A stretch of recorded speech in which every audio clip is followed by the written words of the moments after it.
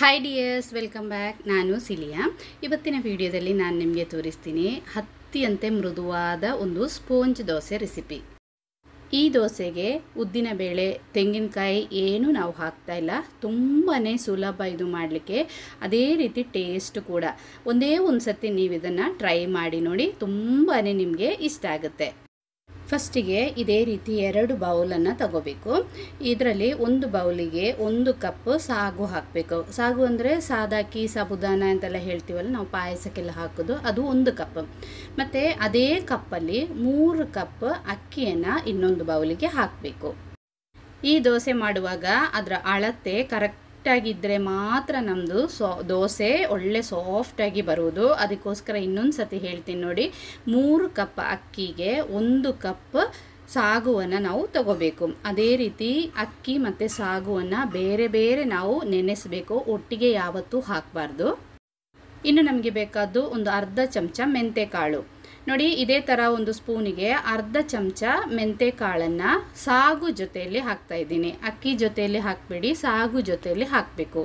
ಆಮೇಲೆ ಸಾಗು ಮತ್ತು ಅಕ್ಕಿಯನ್ನು ಒಂದು 2-3 ಸರ್ತಿ ಚೆನ್ನಾಗಿ ಇದನ್ನು ತೊಳೆದು 4 ರಿಂದ 5 ಗಂಟೆ ಇದನ್ನು ನೆನೆಸಲಿಕ್ಕೆ ಬಿಡಬೇಕು. ನಾವು ಇಡ್ಲಿ, ದೋಸೆ ಎಲ್ಲ ಮಾಡಲಿಕ್ಕೆ ಅಕ್ಕಿ ನೆನೆಸ್ತೀವಲ್ಲ, ಅದೇ ರೀತಿ 4 ರಿಂದ 5 ಗಂಟೆ ಇದನ್ನು ನೆನೆಸಬೇಕು. ಇನ್ನೊಂದು ನೆನ್ಪಿಟ್ಕೊಳ್ಳಿ, ಮೆಂತೆಕಾಳು ಜಾಸ್ತಿ ಹಾಕಬೇಡಿ. ಜಾಸ್ತಿ ಹಾಕಿದರೆ ದೋಸೆ ಸ್ವಲ್ಪ ಕಹಿ ಆಗುತ್ತೆ. ಅದಕ್ಕೋಸ್ಕರ ಒಂದು ಅರ್ಧ ಚಮಚದಷ್ಟು ಮಾತ್ರ ಮೆಂತೆಕಾಳನ್ನು ಹಾಕಿ. ಇವಾಗ ಅಕ್ಕಿ ಎಲ್ಲ 5 ಗಂಟೆ ನೆಂದಿದೆ, ಚೆನ್ನಾಗಿ ಕ್ಲೀನ್ ಮಾಡಿ ತೆಗೆದಿದ್ದೀನಿ. ನಾನು ಇವಾಗ ಒಂದು ಗ್ರೈಂಡರಲ್ಲಿ ಅದನ್ನು ರುಬ್ತಾ ಇದ್ದೀನಿ. ಮಿಕ್ಸಿಯಲ್ಲಿ ಆದರೂ ಸಹ ನಿಮಗೆ ರುಬ್ಬೋದು, ಪರವಾಗಿಲ್ಲ, ಚೆನ್ನಾಗಿಯೇ ಬರುತ್ತೆ.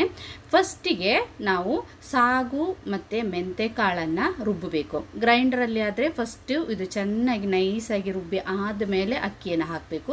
ಮಿಕ್ಸಿಯಲ್ಲಿ ನೀವು ರುಬ್ಬೋದಾದರೆ ಫಸ್ಟಿಗೆ ಸಾಗು ಮತ್ತು ಮೆಂತೆಕಾಳನ್ನು ರುಬ್ಬಿ ತೆಗೆದಿಟ್ಕೊಂಡು ಆಮೇಲೆ ಅಕ್ಕಿಯನ್ನು ರುಬ್ಬಬೇಕು. ನಾನಿವಾಗ ಫಸ್ಟಿಗೆ ಸಾಗು ಮತ್ತು ಮೆಂತೆಕಾಳನ್ನು ಹಾಕಿದ್ದೀನಿ. ನೋಡಿ, ಇವಾಗ ಆಲ್ಮೋಸ್ಟ್ ನೈಸಾಗಿ ಇದು ಗ್ರೈಂಡ್ ಆಗಿದೆ. ಇನ್ನಿದಕ್ಕೆ ಅಕ್ಕಿಯನ್ನು ಹಾಕ್ತಾ ಇದ್ದೀನಿ. ಯಾಕೆ ಇದೇ ರೀತಿ ಸಪ್ರೇಟಾಗಿ ರುಬ್ಬಬೇಕಂದ್ರೆ ಅಕ್ಕಿ ಮತ್ತು ಸಾಗುವನ್ನು ಒಟ್ಟಿಗೆ ಹಾಕಿದರೆ ಸಾಗು ನೈಸಾಗಿ ರುಬ್ಬೋದಿಲ್ಲ, ಅದು ಹಾಗೇ ಇರುತ್ತದೆ. ಆವಾಗ ನಮ್ಮದು ದೋಸೆ ಅಷ್ಟೊಂದು ಸಾಫ್ಟಾಗಿ ಬರೋದಿಲ್ಲ. ಅದಕ್ಕೋಸ್ಕರ ಅದನ್ನು ಫಸ್ಟು ರುಬ್ಬಿ ಆಮೇಲೆ ಅಕ್ಕಿಯನ್ನು ಹಾಕಬೇಕು. ಅಕ್ಕಿ ಒಂದು 75% ರುಬ್ಬಿ ಆದಮೇಲೆ ನಾವಿದಕ್ಕೆ ಒಂದು 1/4 ಚಮಚದಷ್ಟು ಈಸ್ಟನ್ನು ಹಾಕಬೇಕು. ಈಸ್ಟ್ ಯಾಕೆ ಹಾಕೋದಂದರೆ ನಮ್ಮದು ದೋಸೆ ಒಳ್ಳೆ ಸಾಫ್ಟ್ ಆಗಲಿಕ್ಕೆ, ಅದೇ ರೀತಿ ಒಳ್ಳೆ ಫ್ಲಫಿಯಾಗಿ ಬರಲಿಕ್ಕೆ. ಇನ್ನು ನಾವು ಇದಕ್ಕೆ 1 ಚಮಚ ಸಕ್ಕರೆಯನ್ನು ಸಹ ಹಾಕಬೇಕು. ಸಕ್ಕರೆ 1 ಚಮಚ, 1/4 ಚಮಚ ಈಸ್ಟನ್ನು ಸಹ ಹಾಕಿ ನೈಸಾಗಿ ರುಬ್ಬಿ ಇದನ್ನು ಇದೇ ರೀತಿ ಒಂದು ಪಾತ್ರೆಗೆ ತೆಗೆದು ಇಟ್ಕೋಬೇಕು. ನಾನೀಗ ಬೆಳಿಗ್ಗೆ ತಿಂಡಿ ಮಾಡಲಿಕ್ಕೋಸ್ಕರ ರಾತ್ರಿ ಇದನ್ನೆಲ್ಲ ಚೆನ್ನಾಗಿ ರುಬ್ಬಿ ಇದೇ ರೀತಿ ನಾವು ಮಿಕ್ಸ್ ಮಾಡಬೇಕು. ಎಲ್ಲ ಕಡೆ ನಮ್ಮ ಕೈಯಲ್ಲಿ ಮಿಕ್ಸ್ ಮಾಡಿದರೆ ತುಂಬ ಒಳ್ಳೆಯದು. ಇಲ್ಲ ಈ ಥರ ಒಂದು ಸ್ಪೂನಲ್ಲಿ ಆದರೂ ಸಹ ಚೆನ್ನಾಗಿ ಇದನ್ನು ಮಿಕ್ಸ್ ಮಾಡಿ ಕವರ್ ಮಾಡಿ ರಾತ್ರಿ ನಾವು ಇದನ್ನು ಫರ್ಮೆಂಟೇಷನ್ ಆಗಲಿಕ್ಕೆ ಬಿಡಬೇಕು. ನೋಡಿ, ಬೆಳಿಗ್ಗೆ ತಿಂಡಿಗೆ ರಾತ್ರಿ ಚೆನ್ನಾಗಿ ರುಬ್ಬಿ ಮಿಕ್ಸ್ ಮಾಡಿ ಇಟ್ಟಿದ್ದೆ. ಬೆಳಿಗ್ಗೆ ಎದ್ದು ಬಂದು ನೋಡುವಾಗ ಇದೇ ರೀತಿ ಇತ್ತು ನಂದು ಹಿಟ್ಟು. ನೋಡಿ ತುಂಬ ಖುಷಿ ಆಯಿತು. ಅದೇ ರೀತಿ ಇದನ್ನು ಕ್ಲೀನ್ ಮಾಡಬೇಕಲ್ಲ. ನಾನಿವಾಗ ಆ ಹಿಟ್ಟನ್ನೆಲ್ಲ ಕ್ಲೀನ್ ಮಾಡಿ ತೆಗೆದು ಬೇರೆ ಒಂದು ಪಾತ್ರೆಗೆ ಹಾಕಿದ್ದೀನಿ. ಈ ಕನ್ಸಿಸ್ಟೆನ್ಸಿಯಲ್ಲಿದೆ ನಮ್ಮದು ಹಿಟ್ಟು. ಇದಿವಾಗ ಸ್ವಲ್ಪ ಜಾಸ್ತಿ ತಿಕ್ನೆಸ್ ಇದೆ. ಅದಕ್ಕೋಸ್ಕರ ನಾನೇನು ಮಾಡಿದೆ, ಸ್ವಲ್ಪ ನೀರಿಗೆ ಒಂದು 3 ಚಮಚ ನೀರಿಗೆ ಉಪ್ಪು ಹಾಕಿ ಮಿಕ್ಸ್ ಮಾಡಿದ್ದೀನಿ.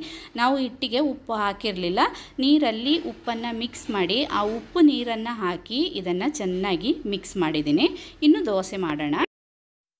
ಇದೇ ರೀತಿ ಒಂದು ಪಾನ್ ಬಿಸಿ ಆದಮೇಲೆ ಅದಕ್ಕೆ ಸ್ವಲ್ಪ ತುಪ್ಪ ಅಥವಾ ಎಣ್ಣೆಯನ್ನು ಸವರಿ ದೋಸೆಯನ್ನು ಮಾಡ್ಬೋದು. ನಾವು ಉದ್ದಿನ ದೋಸೆ ಎಲ್ಲ ಮಾಡ್ತೀವಲ್ಲ, ಅದೇ ರೀತಿ ಸ್ಪ್ರೆಡ್ ಮಾಡಿ ದೊಡ್ಡ ದೋಸೆ ಥರ ನಮಗೆ ಮಾಡ್ಬೋದು. ಅಥವಾ ಸಾಮಾನ್ಯ ಈ ದೋಸೆಯನ್ನು ಇದೇ ರೀತಿ 1 ರಿಂದ 1.5 ಚಮಚ ಹಿಟ್ಟನ್ನು ಹಾಕಿ ಸ್ಪ್ರೆಡ್ ಮಾಡದೆ ಸ್ವಲ್ಪ ಕಣ್ಣೆಲ್ಲ ಬಂದ ಮೇಲೆ ಕವರ್ ಮಾಡಿ ಇಡಬೇಕು. ಒಂದು 3 ಸೆಕೆಂಡ್ ಆದ ತಕ್ಷಣ ಇದನ್ನು ಓಪನ್ ಮಾಡಿದರೆ ನಮ್ಮದು ದೋಸೆ ಒಳ್ಳೆ ಬೆಂದಿರುತ್ತೆ. ಇದೇ ರೀತಿ ತೆಗಿಬೋದು. ನೋಡಿ ಎಷ್ಟು ಚೆನ್ನಾಗಿ ಬಂದಿದೆ ಅಂತ. ಇಲ್ಲ ನಿಮಗೆ ಸ್ವಲ್ಪ ದೊಡ್ಡ ದೋಸೆ ಬೇಕಂದರೆ ಸ್ವಲ್ಪ ಸ್ಪ್ರೆಡ್ ಮಾಡಿ ದೋಸೆಯನ್ನು ಇದೇ ರೀತಿ ಸಹ ಮಾಡ್ಬೋದು. ನೋಡಿ ಎಷ್ಟು ಚೆನ್ನಾಗಿ ಬಂದಿದೆ. ನಾನು ಸ್ವಲ್ಪ ಸಣ್ಣ ದೋಸೆಯನ್ನು ಸಹ ಮಾಡಿದ್ದೀನಿ, ಸ್ವಲ್ಪ ಇದೇ ರೀತಿ ದೊಡ್ಡ ದೋಸೆಯನ್ನು ಸಹ ಮಾಡಿದ್ದೀನಿ. ಇದು ಸಾಂಬಾರ್ ಜೊತೆ, ಚಟ್ನಿ ಜೊತೆ, ಅದೇ ರೀತಿ ನಮ್ಮ ಮನೆಗೆ ನೆಂಟರೆಲ್ಲ ಬಂದಾಗ ಸ್ಪೆಷಲಾಗಿ ಚಿಕನ್ ಕರಿ ಜೊತೆ ಎಲ್ಲ ತುಂಬಾ ಚೆನ್ನಾಗಿರುತ್ತೆ. ಎಲ್ಲರೂ ಒಂದು ಸತಿ ಟ್ರೈ ಮಾಡಿ ನೋಡಿ. ಇಷ್ಟ ಆದರೆ ನನಗೆ ತಿಳಿಸಿ. ಇವತ್ತಿನ ವಿಡಿಯೋದಲ್ಲಿ ಇಷ್ಟೇ. ಇನ್ನೊಂದು ವಿಡಿಯೋದಲ್ಲಿ ನೋಡೋಣ. Till then, by.